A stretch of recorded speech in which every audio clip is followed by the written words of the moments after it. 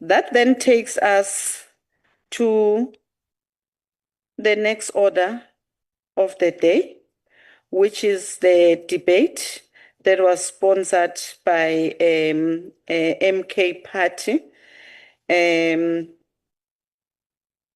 which shall be opened by Honorable Mokoena, which we are debating under the theme, People to the People, Confronting Corruption and Delivering Sustainable Solutions to End South Africa's Energy Crisis. And now I call upon the first speaker on my list, Honorable Mokoena. You've got 20 minutes.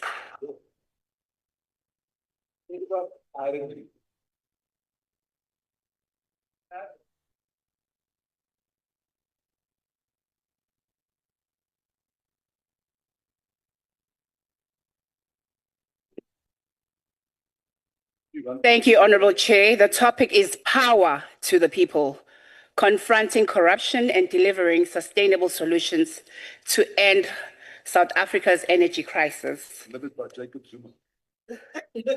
I would like to greet my party president, Jacob Zuma, who was phenomenal during his time as the president of the country in this very section. You are misleading the House. Honorable Chair. Honorable Chairperson, honorable members, South Africans are tired of excuses, tired of empty promises. They are tired of living in a country where darkness, both literally and metaphorically, has become the norm. The electricity crisis gripping our nation is more than just a technical issue. It is a crisis born of deliberate choices, systematic failures, and unchecked corruption.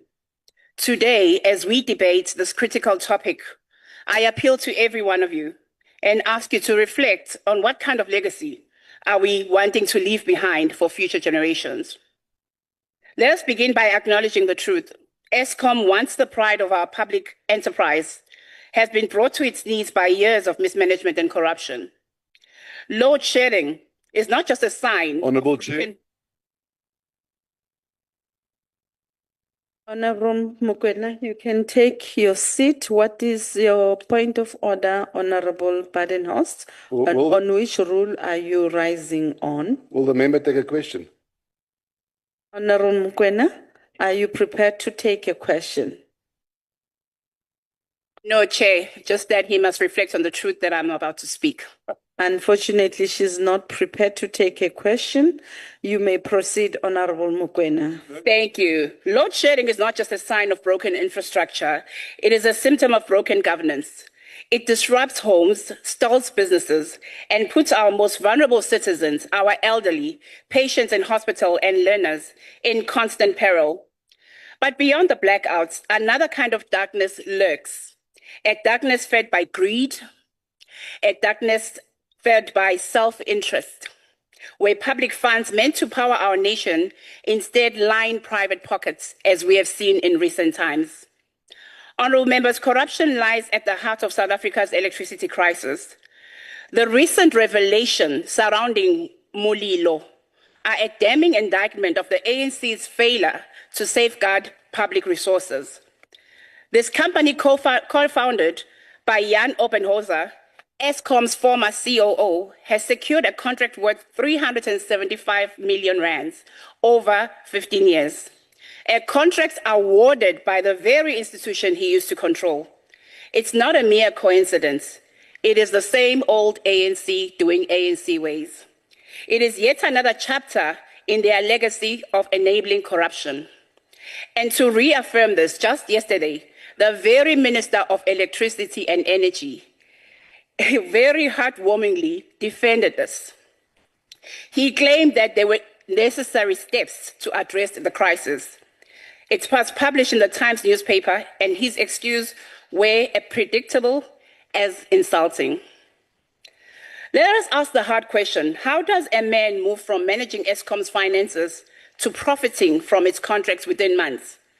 How does the government justify awarding billion rands of contracts to companies that are tied to former executives? How do you live with yourself? How do you sleep at night?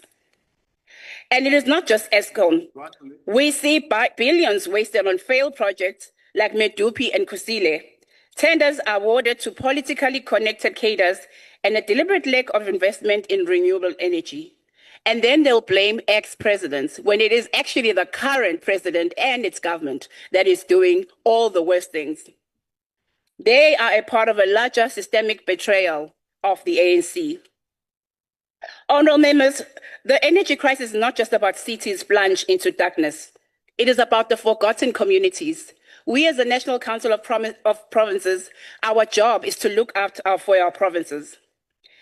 It is communities like Greytown, where families live without reliable electricity, unable to preserve food or power schools.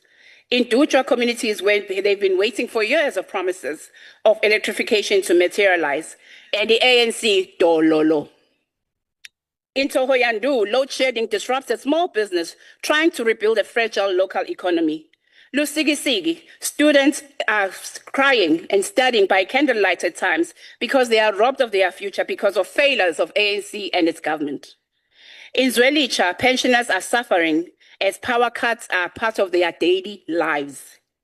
In Guyani, water pumps fail because of power outages, leaving communities without basic necessities.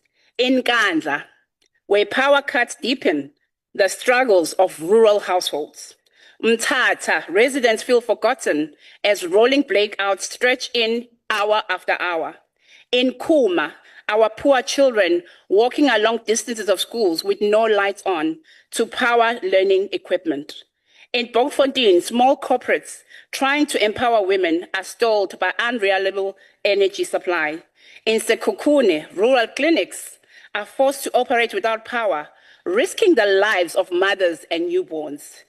In Makana, residents are forced to use unsafe alternatives for lighting, increasing fire risks in informal homes. In Rustenburg, some informal settlements, people use paraffin stoves still at this day because of the poor ANC, with poor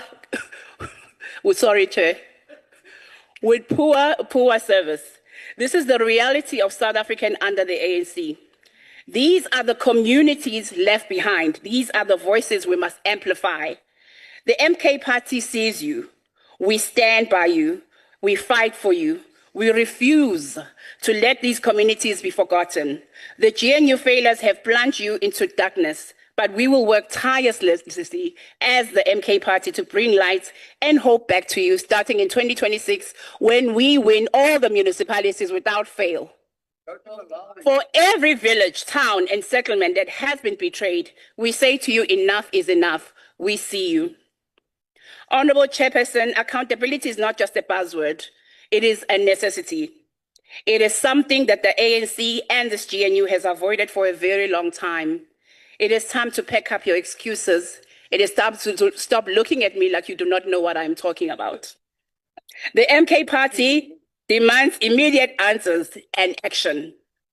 We need auditing of the IPP contracts, starting with the very Mulilo. The people of South Africa deserve to know how these contracts were awarded and who is benefiting. We need forensic investigation of Eskom leadership, expose the web of corruption that has brought this institution to its knees. The minister defending these contracts yesterday was not speaking for the people. He was defending a system that benefits the elite while the poor suffer. It is time for this House to say enough is enough. Honorable members, we cannot simply dismantle corruption without offering a vision for the future. And we, as the incoming government, a strategy that is people-centered, a strategy that is transparent, a strategy that is sustainable. One, we want to diversify energy sources. We want to prioritize renewables like solar and wind with fair and open procurement processes. We want to strengthen infrastructure, modernize our grid, and reduce outages and accommodate new energy sources. We want to empower our citizens, abantu. We want to incentivize households and businesses to adopt green technologies, reducing dependence on this poor Eskom. Transparent oversight. We want us to establish a citizen-led task force to monitor all energy projects, and to hold this very government accountable. This is how we build a resilient energy future, by putting people beyond profits. Honorable members, the ANC and the GNU, well, the prime leaders of this GNU, have failed us over and over again. ANC has betrayed South Africa once and again. This governing party, entrusted with the hopes of a nation, has turned its back on its people yet again. People who believed in its promises. The light may flicker in our homes, but in the halls of power, corruption shines brightly, illuminating the greed and the arrogance of those who have grown comfortable with stealing while nations suffer. The ANC's legacy, in fact, the GNU's legacy, is written in rolling blackouts, in crumbling infrastructure, and in the anguished cries of rural communities left to fend for themselves. They have squandered the trust of a nation, and they dare to defend the indefensible. A minister who justifies awarding billions to companies with ties to former executives, they are not serving the community or our people. They are enablers of theft. To the ANC, to the DA, to all the members of the so-called GNU, we say this: your time for excuses is over. The nation sees you for who you are. Parties that are more invested in protecting corrupt elites than uplifting our people. And to the people of South Africa, we say, hold this GNU accountable, make them account, demand better because you deserve better. We in the Umkhonto weSizwe Party will never stop fighting for you. The ANC may have given up on you, the GNU may have given up on you, but we never will. Together we will end the darkness, together we will bring back to power to the people. Not just electricity, but power of hope, power of dignity and accountability. We say enough is enough. And in the upcoming elections of 2026, we will show you once again, because this time our votes will not be stolen. We will make sure that people receive the services that they deserve, the services that they stand in the lines to queue and vote for. They will get it from this party. I thank you.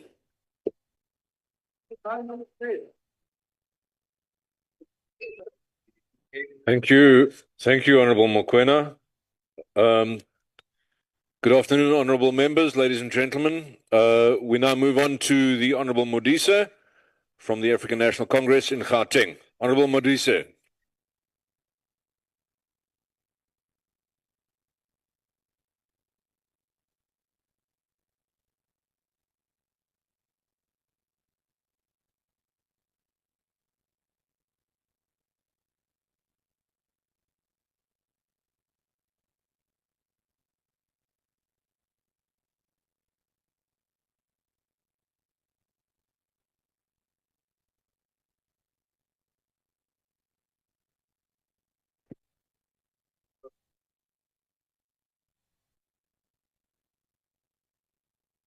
Chairperson of the Council, Honorable Ryder, the Chairperson of the session, honorable members and the people of South Africa.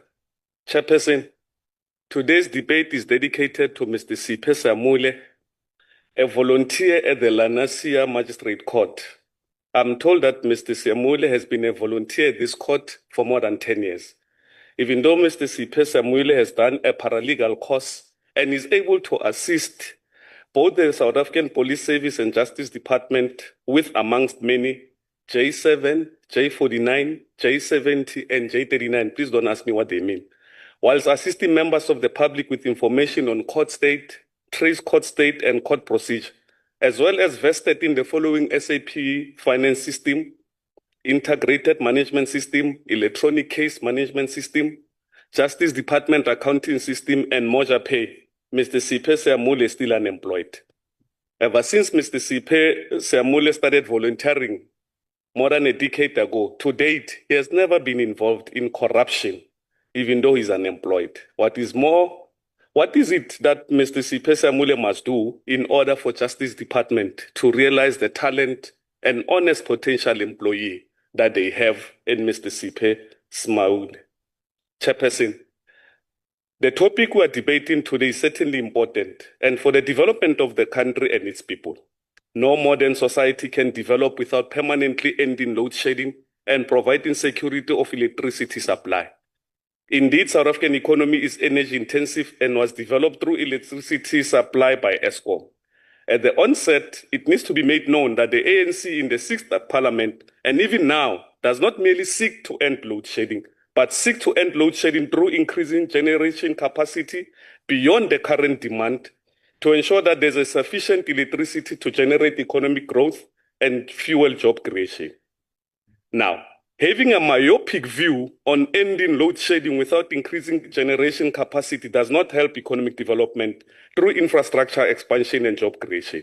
However, there are a number of assumptions in the topic which requires commenting on. One, that there should be power to the people. It's amazing. It should have been extremely obvious for the proposer of the debate that there is power to the people in the African National Congress. Every 5 years, the African National Congress goes to its national conference to renew its policies and elect new leadership. And to date, leaders have come and gone, and the ANC is still here.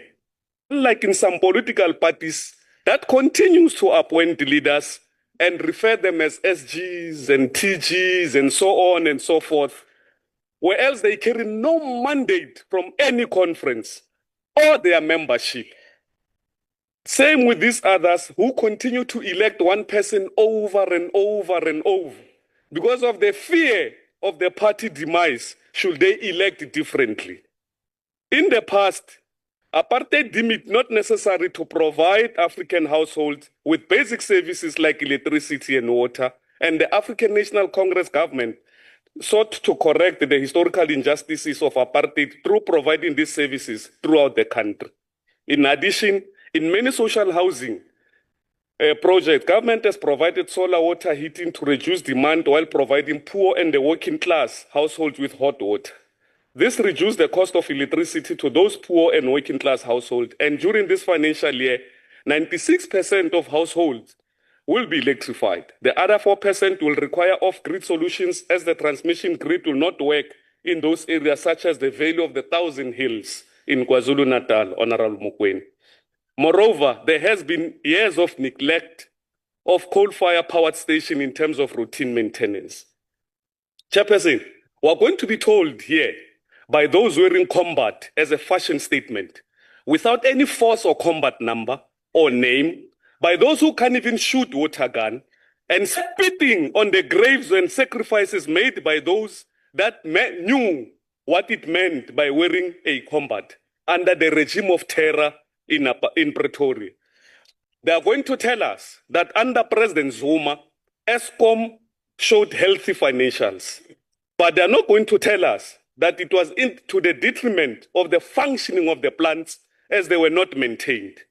Reality is that coal deliveries to Eskom plants were hijacked, and quality coal was replaced by the hijackers with a poor quality, which impacted on the unplanned breakdowns of the units. They are not going to tell you that. This resulted in a number of arrests and prosecution, and this information is publicly available. And Member Mokoena is a member of the committee, and she knows these things. Eskom, like Transnet, was also negatively affected by the state capture and corruption, which was one of the subjects of the Zondo Commission of Inquiry. This resulted in the breakdown of governance and financial controls in the entity. There were serious allegations of corruption in terms of procurement, which the SIU is still investigating, and my colleagues will come and explain much better. However, what should be clear is that the ANC government in the 6th Parliament has initiated those investigations, and they are still continuing up until today. Chair. The development of Medupi.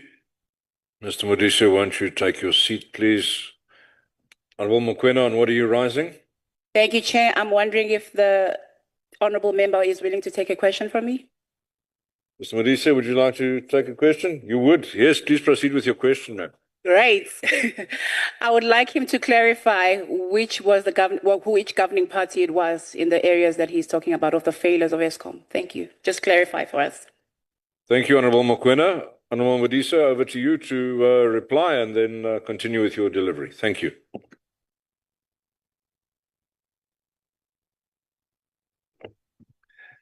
The ruling party was the African National Congress, led by President Jacob Zuma.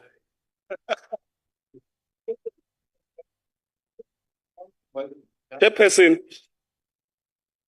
over time, there has been an attempt by Umkhonto Zuma party in both houses of parliament to divorce President Jacob Zuma from the challenges and successes of his tenure. Chair. Sorry again, Mr. Modise, please take your seat. Mr. Zulu. Chair, thank you very much. Can the honorable member take another question? I'll say Another question for you, Mr. Modise. Yes, he's Thank you engaging very today. much, Chair. Honorable Mdisi, bekaithatha aphi mandate to President Zuma? Bekaithatha aphi mandate? There you go, Honorable Modise, a short question. Chairperson, every 5 years the ANC goes to conference, and the resolution of the conference in renewing the policies of the ANC becomes the guiding tool for any sitting president of the country under the ANC. The mandate came from conferences. Hence, I'm saying to you, and I want you to listen to me, Makeb. Chairperson, over time, there has been an attempt by Umkhonto Zuma party in both houses of parliament to divorce President Jacob Zuma from the challenges and successes of his tenure. The attempt seeks to suggest that anything wrong is a result of the ANC, and anything right was President Zuma's ideas. That is wrong and fallacy and myopic in its character. We all know how much the ANC went out of its way to protect President Zuma when he was the president of the country. And as he was mandated by the National Conference, let it put it categorically clear that the history and legacy of President Jacob Zuma is in the ANC. And that Mshika party of his is a retirement plan and a money-making scheme for himself and his children. That is why President Jacob Zuma can remove anyone without any founding member of MK Party, without any consultation. So that as much as he did yesterday, without worry, even though some of the members seated here today can be removed today or tomorrow. Another interruption, please, if you wouldn't mind taking your seat. Mr. Nzimande, on what are you rising? Not, Chair, we did not want to disrupt your meeting, but he must be guided that you don't attack the integrity of a person. Thank you. On which I think rule? that's points of order. Oh, guys. Honorable Nzimande, the rules of the House are clear. Sitting members of Parliament receive protection in this House. For the rest, there's no such protection. Mr. Modise, please continue. That's why President Zuma can remove a founding member of his Mshika party with those who just joined yesterday without any worry. Even some of the members seated here today can be removed by tomorrow. Floyd Shibambo is now redeployed to Parliament. He has been relegated from being a deployer to a deployee. Just like the late leader of Inkatha Freedom Party, Prince Mangosuthu Buthelezi requested that his coffin be draped in the ANC flag, so will President Zuma. Mr. Modise, again another interruption. Please take your seat. Honorable Mokoena, on what are you rising now? Chairperson, I want clarity. Is this about Zuma, or is it about energy crisis? We are getting very confused. Mokoena, Mr. Modise is not yet a minister. You don't have an allocation of 6 questions today. So I think you've used your quota of questions.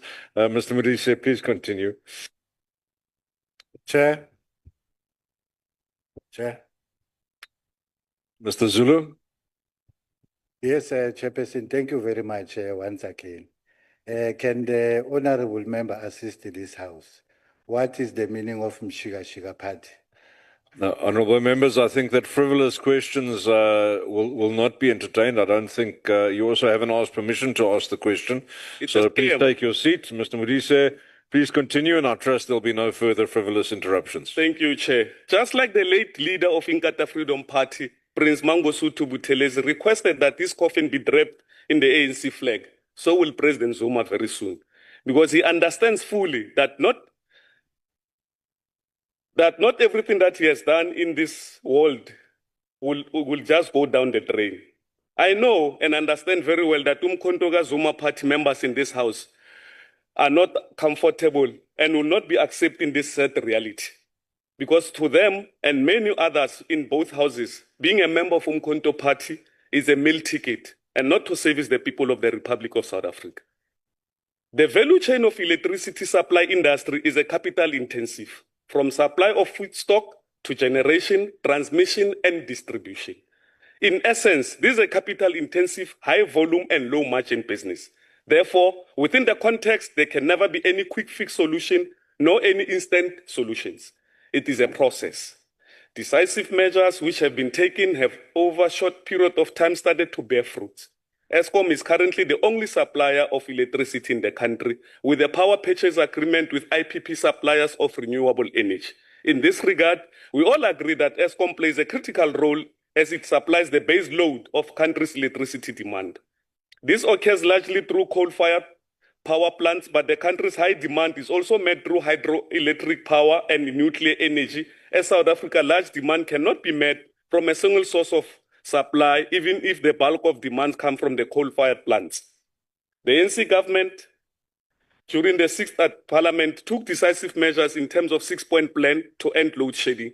And these decisive measures are being implemented and are starting to show results. Eskom itself has taken decisive steps in terms of restoring plant viability through its 9-point maintenance plan and has increased maintenance of its older generating plants while attempting to ensure that Medupi and Kusile can generate maximum capacity. This is still ongoing, given the flaws of Medupi and Kusile that left the sector with deficit in financial and supply terms. However, through increased maintenance, the entity was able to move from all-time low energy availability factor of 48% to now operating at 68%, which is able to finance through its own financial resource to the value of 20 billion per annum over the next 3 years. Government developed the Eskom roadmap for reformed electricity supply industry, approved the plan to restructure Eskom into 3 operating divisions, Honorable Nzimande, its generation, transmission, and distribution, under the holding company, which is Oscom Holdings. The restructuring has occurred with creation of 3 divisions with its own set of accounts under holding company. The National Transmission Company of South Africa is busy attempting to develop a transmission grid to expand electricity supply through bringing the new renewable energy generated by IPPs to the market. This is an indication of the 6,000 megawatts of IPP currently supplied. It is critical that while we understand the decisive steps which government has taken to end load shedding and restore Eskom as a going concern, that we equally understand the necessity of increasing generation, transmission, and distribution capacity. And I thought Member Mokoena will know these things. The implementation of medium-term development plan and microeconomic development through the district development model demands an increase in generation, transmission, and distribution. Load shedding has been caused through increased electricity demand, which exceeds supply. This is largely the result of poor performing plant economic growth, as well as the national electrification program rollout since 1994. At the same time, government recognizes the need to increase generation capacity through promoting the development of green energy through renewable energy projects developed by independent power producers.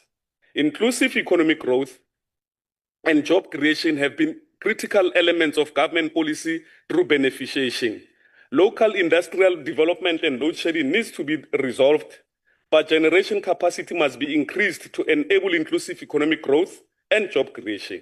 The aim of African National Congress is not merely to take decisive action to end load shedding, thereby ensuring power to the people, but also to ensure that generation, transmission, and distribution capacity is increased to ensure beneficiation, local industrialization, SMME development can occur in all provinces. Corruption, Member Mokoena, must be dealt with by the full might of the law. The National Prosecuting Authority must be resourced with skills to effectively deal with corruption. However, corruption does not determine our sole focus, but rather transformation through creating a better life for all. I thank you, Chair.